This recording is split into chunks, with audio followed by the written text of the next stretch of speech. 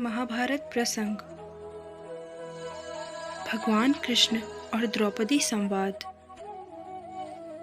यज्ञ किसे कहते हैं?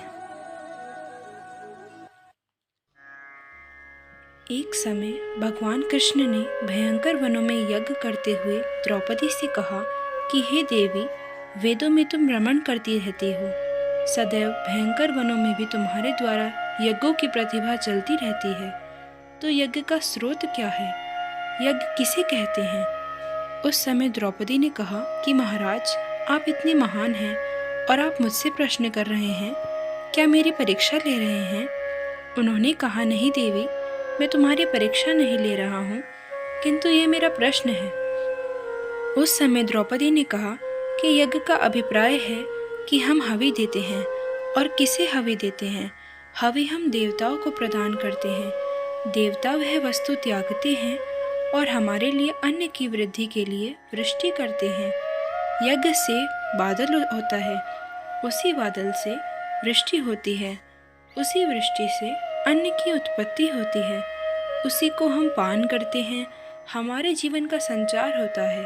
हे भगवान, आप तो सब जानते हैं, इसको देव पूजा भी कहते हैं। देव पूजा का अभिप्राय यह है कि देवताओं में जो गुण हैं, ऐसे ही गुण को हमें धारण करना चाहिए। जैसे अग्नि है, वह प्रदीप्त रहती है। जब तक वह प्रदीप्त रहती है तो चाहे कोई मृगराज, कोई प्राणी वह अग्नि के समीप नहीं आ पाता। इसलिए मानव को काम, क्रोध, मद, लोभ वह मोह से इतना दूर रहना चाहिए। ज्ञान रूपी अग्नि का इतना संचार हृदय में रहना चाहिए जिससे काम, क्रोध, मद, लोभ, मोह इस मानव के ज्ञान रूपी अग्नि के समीप ना आ सके। जैसे मृगराज अग्नि के समीप नहीं आते, कई प्रकार के प्राणी नहीं आते, इसी प्रकार मानव के हृदय में इतनी अग्नि प्रदीप्त रहनी चाहिए। रहा यह कि जैसे आपो वह शीतल है, जो सोम कहलाता है, यह जो संसार है वह जल रूप माना गया है। जल से संसार की उत्पत्ति है। जब हम यह विचारते हैं कि जल से ही संसार की उत्पत्ति है, माता की गर्भस्थल से ही बालक का निर्माण होता है, वह भी एक जल स्वरूप माना जाता है। जब वह जल स्वरूप माता के गर्भ में स्थापित हो जाता है, सूर्य की नाना किरणों के द्वारा, चंद्रमा की कांति के द्वारा, अग्नि के द्वारा उसे शुष्क बना दिया जाता है। उन कणों को, उन परमाणुओं को, जो परमाणु विद्यमान हैं, उन परमाणुओं का निर्माण किया जाता है। वे परमाणु जहाँ भी हैं, उन्हें वहीं की स्थली पर स्थिर किया जाता है। तो हे प्रभु, वह जल स्वरूप अपने आप ही स्वतः सुगंधित हो उठता है।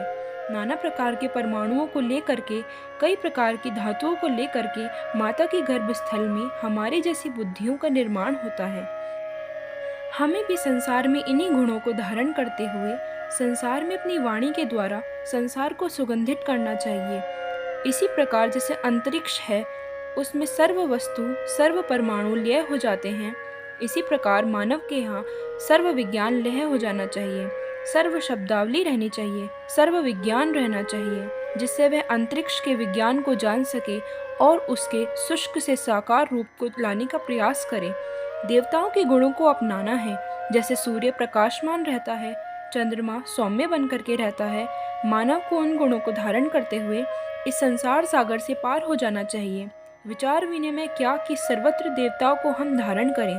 हवि देने का अभिप्राय यह है कि हम अपने में स्वतः अपनेपन को जानते हुए इस संसार सागर से पार होते हुए हम नर्म बने, त्यागी बने, तपस्वी बने, क्योंकि त्याग और तपस्या में आनंद है और उसी को प्रत्येक मानव, प्रत्येक देव कन्या संसार में चाहता है और वह आनंद उसी काल में प्राप्त हो सकता है।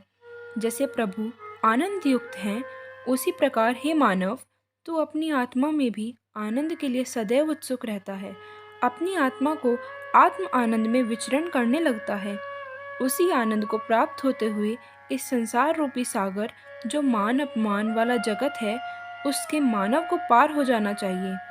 महारानी द्रौपदी ने यह कहा कि महाराज, मैं तो यज्ञ को ऐसे ही जानी हूँ कि जब मानव अपनी प्रवृत्तियों का अनुसरण करता है तो उन पर अनुशासन करता है, वह यज्ञ पुरुष बन जाता है।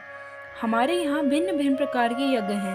यज्ञ कहते हैं सुचरित्र को, जब मानव चरित्रवान बनता हुआ, अनुशासन में रहता हुआ, अपने जीवन की हिंसा से रहित होकर कर्म करता है, उसी का नाम यज्ञ कहलाता है।